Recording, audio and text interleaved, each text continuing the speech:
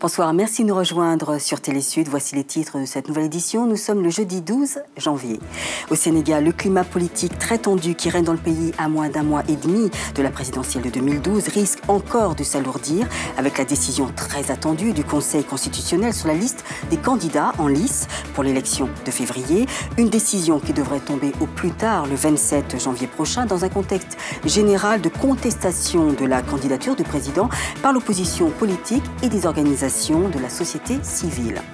Et dans cette édition, nous irons au Gabon à quelques jours du coup d'envoi de la Coupe d'Afrique des Nations de football. Des embouteillages monstres sont observés dans les rues et les voies secondaires de la capitale gabonaise, Libreville. Et à cause de la rareté des transports en commun, les usagers doivent en découdre et trouver d'autres moyens de locomotion. Et à l'instar de nombreux pays de l'Afrique de l'Ouest, la Côte d'Ivoire a des problèmes d'électricité et d'eau potable. Selon certaines sources, à Abidjan comme à l'intérieur du pays, le non-accès à l'eau et à l'électricité dans certaines localités est essentiellement lié à des questions d'infrastructure et de financement. Nous commençons cette édition avec le Sénégal où le climat préélectoral est très tendu à quelques mois de l'élection présidentielle de février 2012. Vous le savez déjà, le président Abdoulaye Wade est de nouveau candidat à sa propre succession et cette candidature est contestée par l'opposition et des organisations de la société civile. Reportage notre correspondante au Sénégal, Lala Si. Depuis quelques mois, le climat préélectoral au Sénégal est entaché de violence, lié aussi bien à la contestation de la candidature du président Abdoulaye Wade pour un troisième mandat qu'à une détresse grandissante des populations. Cette détresse est surtout liée au coût de la vie, un système éducatif profondément perturbé et un accès difficile aux soins de santé. Le premier tour de l'élection présidentielle est fixé au 26 février et déjà la campagne électorale bat son plein. C'est avec une certaine crainte que beaucoup de Sénégalais appréhendent cette échéance. Depuis 2 à 3 mois, la tension est remontée par rapport à pas mal de bouleversements dus par exemple aux acteurs politiques qui tentent par exemple à vouloir accéder au pouvoir quel que soit le prix. Il s'avérerait que lorsque la décision du Conseil constitutionnel sera prise, il y aura un conflit. Il y aura des révoltes et je ne sais pas jusqu'à quel degré. Déjà, cette phase devra être maîtrisée par le pouvoir en place. Et ensuite, pour les problèmes électoraux, je pense effectivement que ce sera une période assez tumultueuse pour le Sénégal. Aujourd'hui, les jeunes sont vraiment déterminés. Si jamais le Conseil constitutionnel venait à se prononcer de façon vraiment positive concernant la candidature, vraiment, il y aura une insurrection. Vous voyez ce que je veux dire? Et puis de l'autre côté, les jeunes libéraux aussi, ils sont vraiment déterminés à faire accepter la candidature, comment dirais-je, de leur leader. Est-ce que vous voyez ce que je veux dire? Cela fait exactement qu'il y aura certainement une violence parce que de toute façon, il y aura une décision sera rendue. Jusqu'à présent, le Sénégal a toujours été cité parmi les exemples de démocratie et de stabilité en Afrique. Un label qui tient à cœur à ses habitants alors qu'une nouvelle page de son histoire politique s'écrit. Opération de salubrité politique, pour ne pas dire publique. C'est ainsi qu'on pourrait qualifier la décision du ministère de l'administration territoriale du Burkina Faso d'assainir le fichier des partis politiques. Les partis qui ne sont pas à jour vis-à-vis de la loi sont rappelés à l'ordre. 105 partis sont concernés par cette mesure plutôt bien accueillie par l'opinion qui s'interroge sur la profusion de partis politiques au pays des hommes intègres. David Tiombiano. De 1991 à nos jours, le ministère de l'administration territoriale a recensé 165 partis et formations politiques au Burkina Faso. Mais la plupart de ces organisations sont peu visibles sur le terrain. Moins de 50% des partis politiques participent aux compétitions électorales. On ne peut pas construire la démocratie avec 100, 200 partis politiques. Donc moi je pense qu'il faut réviser la loi et construire 2 partis politiques supervisés par l'État. La profusion des partis politiques, aucunement ça nous dérange, la loi l'autorise. L'analyse que vous faites... Selon une évaluation du ministère de l'administration territoriale, 106 partis et formations politiques sont en situation irrégulière. Ils ne tiennent pas leurs instances régulièrement, comme l'exige leur propre statut. Ils ne disposent pas d'adresse valide. Au ministère en charge des libertés publiques, on veut remettre de l'ordre. Bon, il y a beaucoup de partis, nous avons constaté, qui en réalité existent sur nos fichiers, mais quand on cherche à les contacter pour des besoins d'information, bon, on se rend compte qu'ils n'existent plus. On nous dit, bon, le monsieur qui était là, qui s'occupait de ça, bon, il n'est plus là, quoi, et que les autres membres là, on ne les connaît pas. Les différentes adresses, on vérifie, ça ne répond pas.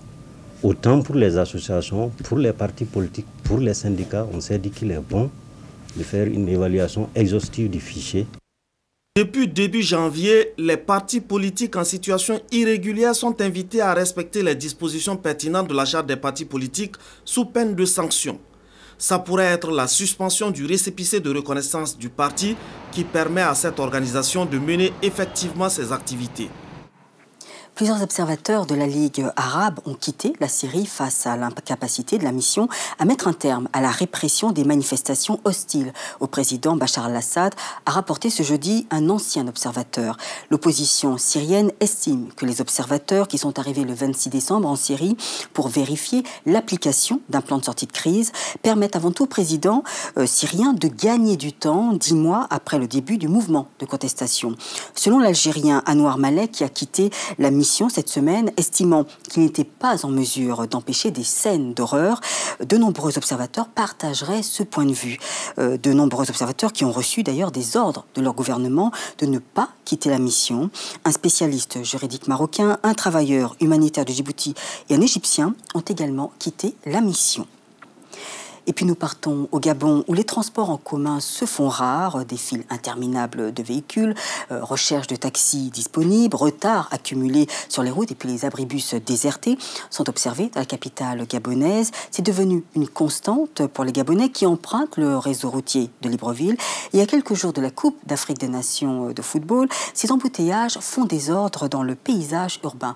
Reportage Joël Tatou, récit Linda Robert. Au ralenti, c'est ainsi que l'on peut décrire la situation des conducteurs dans la capitale du Gabon. Immobilisés depuis 20 minutes sur près de 10 mètres, ces véhicules préfèrent se diriger vers des ruelles moins encombrées. Les routes sont bloquées à plusieurs points habituellement accessibles. Certains pensent même que cette situation est loin d'être temporaire. Je ne crois pas que ces embouteillages-là vont, n'est-ce pas, diminuer parce que la situation est très compliquée aujourd'hui. Il n'y a pas trop de monde dans la capitale gabonaise. Pour ceux qui ne sont pas propriétaires de véhicules, le système de débrouillardise est la voie à emprunter. En tout cas, c'est pas évident.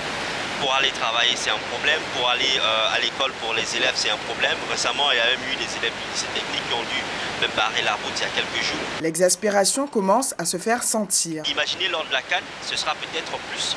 On va peut-être même tripler. On fera peut-être 3 heures.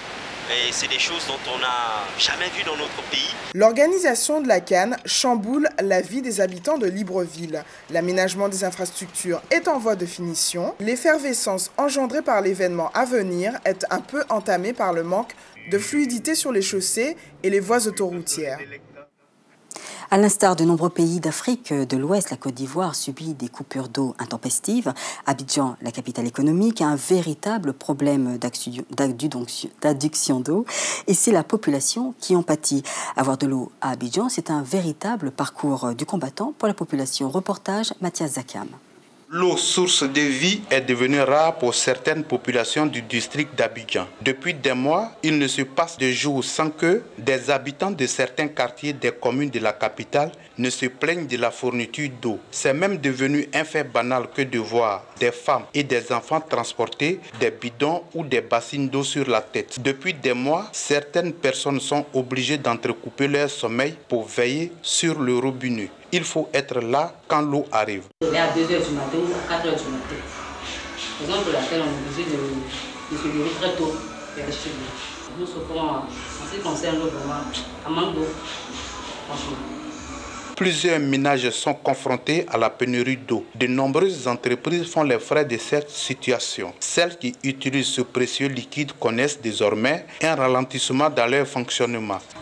Dans les maisons, ils n'ont qu'à avoir les robinets. On n'a pas de l'eau. Après, nous ne dort pas chez elle. Elle vient à 4 h du matin pour pouvoir nous servir. Quoi. Parce qu'ici, il y a beaucoup d'hommes. Les femmes, là, elles viennent, elles sortent. Mais il y a d'autres qui sont partis. Donc, nous qui sommes venus là, c'est nous qui sommes restés là. Les coupures intempestives d'eau causent de nombreux désagréments aux populations d'Abidjan. C'est pourquoi les autorités compétentes gagneraient à trouver une solution à cette situation qui commence à agacer les Abidjanais. Est-ce par tradition ou par ignorance? Mais au Congo, les hommes cohabitent avec leurs animaux. Une cohabitation qui est préjudiciable à la santé de l'homme. Les animaux tels les porcs, les moutons, cabris, peuvent être porteurs de certaines pathologies. Reportage Maurice Miatoloka. Petit bétail, moutons, cabris, porcs et volailles dans certains ménages congolais deviennent des animaux dressés ou apprivoisés. Ils vivent dans l'entourage de l'homme, comme le sont par habitude le chien et le chat. Une cohabitation que certains Brazzavillois qualifient d'anormale. Les volailles, pensent-ils, doivent être placées dans un enclos, précisément dans les poulaillers. L'homme ne peut pas vivre ensemble avec les animaux, en dehors du chien et du chat, qui sont réputés être domestiques. Les autres animaux doivent être isolés des humains, une manière d'être en adéquation avec les conditions sanitaires. À l'opposé, les cochons, moutons et cabris, poursuivent-ils, doivent être éloignés des habitations, puisque cette cohabitation n'est toujours pas sans conséquences. Les moutons, il faut avoir des endroits. Il faut les éloigner là où il y a la population. Il faut les éloigner, il faut les amener un peu plus loin, comme les porcs. C'est pas tellement bien aussi. Si ce ne sont pas les porcs qui sont suivis, ils sont en train de se faire malades. Cette thèse est accréditée par les vétérinaires qui soutiennent que la cohabitation bétail-homme est responsable des maladies contagieuses telles la stomatite vésiculeuse qui engendre des signes cliniques analogues à ceux de la fièvre afteuse. Mais oui, mais ça dépend des espèces. Bon, la volaille, oui, mais il faut avoir toutes les conditions réunies. Maintenant, s'ils sont à l'air libre, ce qui est mauvais. De temps en temps, maintenant, si vous les faites assister par les services agréés comme le service vétérinaire, en tout cas, ça n'empêche pas sur la santé de la population.